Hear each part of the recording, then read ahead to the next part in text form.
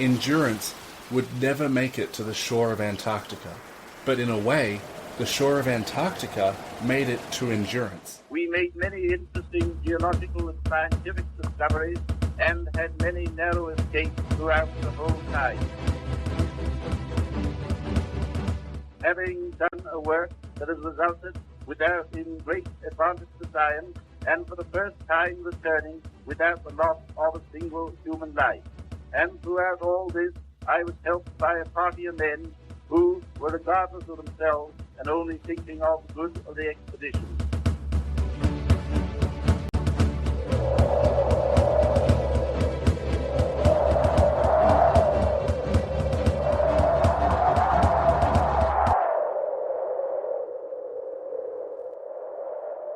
Hey, welcome to all of you, bandits and chilies. This episode is called Shackleton Series Part 1, Stowaway Perce.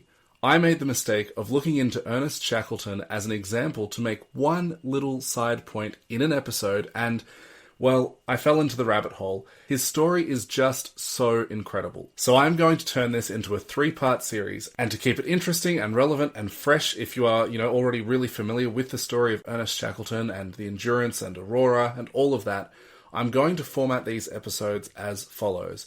They will have a custom intro and outro, as you just heard. In that intro is the actual real voice of Ernest Shackleton. Same with the outro. I just think it's insanely cool that there is actual preserved audio of Ernest Shackleton. Anyway, then I'm going to tell the story. It's a great story. There's really no way to get it wrong. But I've also tried to not only be extremely accurate, but also to pick out the parts that are extremely interesting, to me at least. So hopefully some of them are new to you as well as they were to me. Lastly, at the end of each episode, I'm going to make a couple of comments about really cool bits that can apply in your business and so forth. But honestly, that's almost entirely not necessary, so I'm going to keep it really short. This story makes its own introductions and applications when it comes to leadership and mindset and resilience and hope and striving and risk-taking and a great many other things that I know you as a family-oriented business grower will be interested in. So let's get into it. Firstly, when I started looking into this story, there was much about it that I did not know, and I'm sure that there still is. But one thing that I thought I did know about it was actually a myth. I'm sure you've heard of Ernest Shackleton's famous job ad posted in a paper and drawing in 5,000 respondents. Men wanted for hazardous journey, low wages, bitter cold, long hours of complete darkness, safe return doubtful, honour and recognition in event of success. It seems unlikely that this ad ever existed. The first reference made to it was over 40 years later, and no original copies of this ad from newspapers at the time has ever been found. But even without such a compelling job ad, Shackleton was not short of interest, and the sentiment of that ad that never existed was still spot on. In fact, the 5,000 applicants part of that story seems to be true. Amongst those applicants was one Perce Blackborough. He was so keen to join the expedition that he snuck on board Endurance as a stowaway after being initially rejected as he was only 18 and had minimal experience. Imagine how thick in the air the spirit of adventure must have been to prompt this 18-year-old to sneak aboard this ship to an unconquered frontier. This would be like sneaking aboard a mission to Mars or the Mariana Trench. We live in a world with both less and less unconquered frontiers, as well as more and more unconquered frontiers. Anyway, Perce was Welsh, and he applied for the expedition whilst in the UK. Once he was rejected, though, he couldn't just hop on board the ship as it left London. He would have been discovered before the crew was committed to their journey to Antarctica. They were set to stop in Buenos Aires for a couple of months before heading on to a remote settlement in South Georgia. Perce was young, he didn't have money, and he wasn't well connected. Still, his determination outweighed his resources and his planning. He signed on as crew on a merchant ship heading from Europe to South America so that he could work his way to his destination. He made that journey with a friend named William Bakewell, who had been accepted onto the crew of Endurance. Then, when the final preparations were being made for Endurance's departure from Buenos Aires, Perce lingered around the docks and helped out informally before taking his chance and sneaking on board the ship. He hid in a locker for a couple of days before being discovered, and at that point, They couldn't just drop him off at the next port. Perce brought the total number of the crew from a planned 28 up to 29. Ernest Shackleton told the boy that he could stay, but warned him jokingly that, as the stowaway, he'd be the first to be eaten if food ran short. How much of a joke that was very nearly put to the test on their grueling journey. They arrived at a whaling station in South Georgia on November 5th, 1914, and they stayed there for a month. The plan had been to time their voyage to Antarctica with the longest light and the lightest ice of summer. But the Norwegian whalers at the station warned them that this season was unusually severe. Shackleton, though, was an explorer, a visionary, a dreamer. He and his crew had sailed for a couple of months to reach the cusp of this expedition. They had their support team approaching Antarctica from the other side, having set off from Tasmania aboard Aurora. If they were to pull out due to a severe weather warning, they had no way of knowing if they would ever be able to take another chance. At the very least, it would be another year that they would need to wait for another window of opportunity in the summer in order for them to enter the Weddell Sea that currently lay right in front of them. Likely, it would take even longer than that. And also, think of the timing. Shackleton had had a telegram correspondence with the First Lord of the Admiralty, that is to say the political head of the Royal Navy, regarding whether the expedition should continue in light of the beginnings of the Great War. This was on August 3rd, 1914, and the First Lord of the Admiralty at the time happened to be Winston Churchill. Shackleton had offered the use of his crew for the war effort, asking if possible that they be kept together and suggesting that they would have sufficient experience to man a destroyer. Winston Churchill replied with a single-word telegram. The expedition was to proceed. At midnight that night, England made a formal declaration of war. So here they were, 3 months later, having arrived at South Georgia and being given a bad weather report by the Norwegian whalers. It wasn't in their character and it wasn't in their mandate to call off the expedition. The crew of Aurora were thousands of nautical miles away, and neither ship had a radio capable of communicating across that distance. A letter sent would have a delay of months even with ideal weather conditions. So the Aurora crew were committed to their mission regardless of whether the Endurance proceeded. Aurora's crew were risking their lives too in support of the better-known Endurance. So with all of those factors, a little bad weather wasn't going to stop Ernest Shackleton. Not even a lot of bad weather. After they left from the whaling station in South Georgia on December 5th, 1914, that was their last contact with the outside world for 18 months. And their last contact with dry land for 497 days. After that departure on December 5th, it was only 2 days later on December 7th that they first entered the trap that would prove to be their downfall. As Endurance sailed its planned route through the Weddell Sea, it entered a world of pack ice, a vast, drifting labyrinth of frozen plates ranging from the size of an IKEA chair all the way to the size of an IKEA. Huge, loose sheets of ice. Endurance would never make it to the shore of Antarctica. But in a way, the shore of Antarctica made it to Endurance.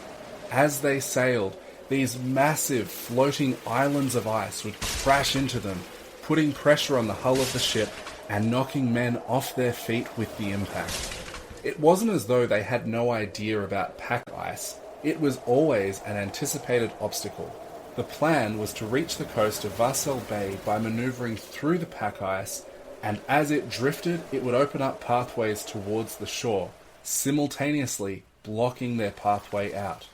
But even though it was in the middle of summer, this particular summer, the summer of 1914-1915, was not the season for this expedition to succeed. On January 18th of 1915, Endurance was frozen into heavy pack ice from all sides, roughly a full day's sail from their intended landfall. That is an expression at this point, kind of like "as the crow flies," because they would neither be flying nor sailing. They were now simply a part of the drift, in the clutches and at the mercy of the Weddell Sea. On February 22nd, they reached their furthest south position, But now the drift was shifting direction and began to take them north. Summer was ending and their ship was locked in the ice. They would have expected, they would have hoped, they would have prayed that the summer would afford enough heat to break up the pack ice around them and set them free. But as the days had shortened from nearly 24-hour sunlight to now approaching equinox, the severity of their entrapment sunk in. They would have to overwinter with their ship, not even having reached land. In a perfect world, Endurance would have reached Vassal Bay in late December of 1914, giving Shackleton and his men 4 or 5 months to cross the continent before the Antarctic winter. But when they were trapped in pack ice by mid-January, even if Endurance had freed itself, the window for a successful crossing had already narrowed to near zero. Now, in late February, as they were drifting north, the fact that they couldn't attempt their crossing meant that even though the pack ice would soon likely be stable enough for them to sled across towards the shore, there was nowhere to go. Their best chance of survival lay within the relative safety and shelter of their ship. Their situation remained in a sort of unfathomable stasis for the next 8 months.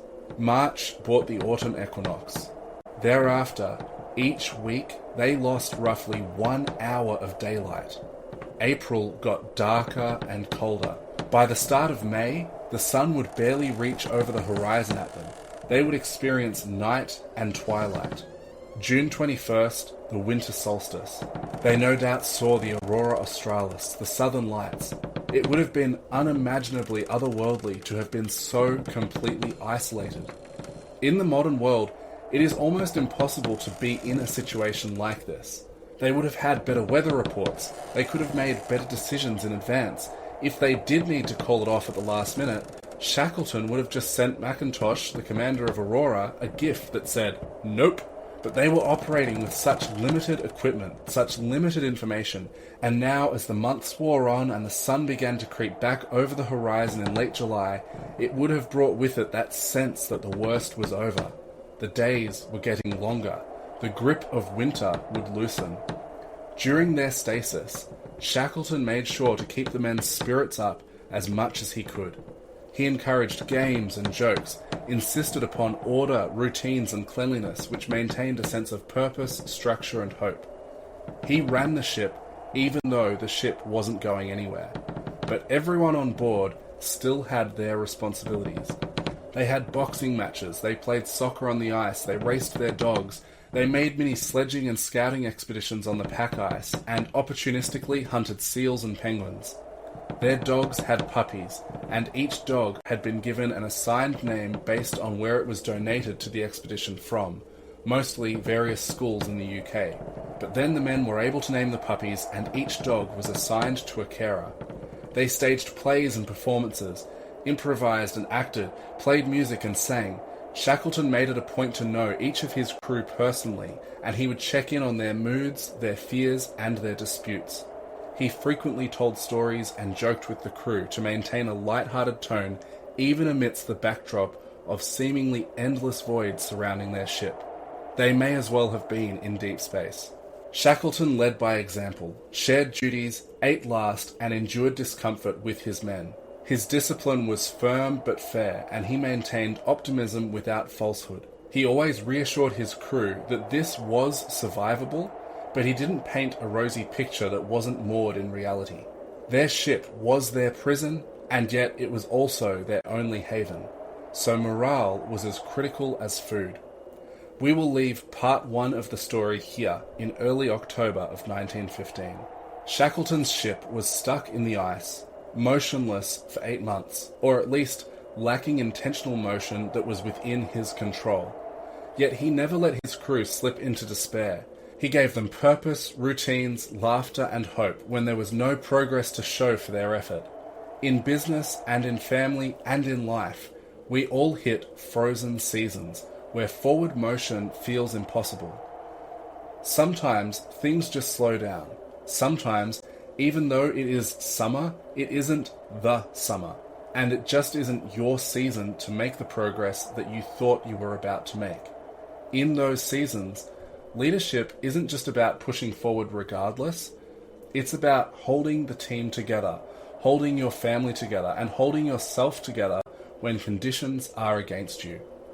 Shackleton demonstrated that morale, discipline, and shared purpose can keep people alive when resources are scarce and the future is uncertain. Maybe there's some uncertainty amongst your kids because of a move, and ensuring that you anchor to a specific structure and routine can help them to adjust. Maybe within your business, there is a season when you question, is this even worth it? And maybe you can get through that season and see the sun rise above the horizon again by treating the little things as important along the way and still running the ship even when it is trapped in the ice. As an entrepreneur, have you ever committed to something so heavily that it didn't matter that the ice was closing in behind you? You just needed to find a path forward and to make it work? Have you ever been told no, but then just snuck aboard anyway, like Perce Blackborough? What I love about his story is that if this was a conscripted expedition, most people would have been trying to sneak off the ship, but he so desperately wanted to get in on the action. It can feel a bit like that running a business too, in that it involves a higher degree of commitment and risk than most people are willing to take on, or they prefer the apparent security of their 9 to 5. Not you though. It doesn't matter if other people told you that you were too young or too inexperienced, or it was too risky, or whatever else they said. Right now, you've found yourself on the entrepreneurship. See what I did there? Entrepreneurship? Yeah, look. Alright, check out the brand new Freedom and Profit Quest that I have just launched. The link is in the description. The page is themed around coffees, krakens, big dreams, and little changes. So the URL is warplan.au/coffees and krakens. Check it out. That's it. Have an awesome day. Make someone else's day awesome. I love you just the appropriate amount, like take whatever is weird and then take a healthy step backwards from that line. That's exactly how much. If it's weird, you're the weirdo. Catch ya. Bye. Hey, if you enjoyed this, check out the brand new Freedom and Profit Quest and get your own customized map from where you are to where your business is going. Chart your course at warplan.au/coffees and krakens. Link in the description.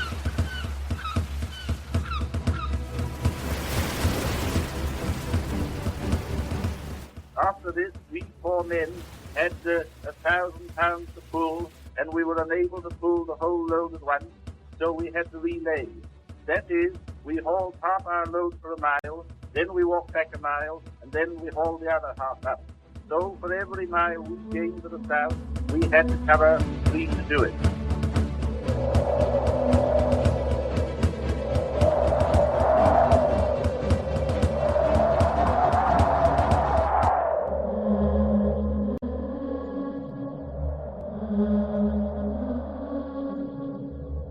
Thank you.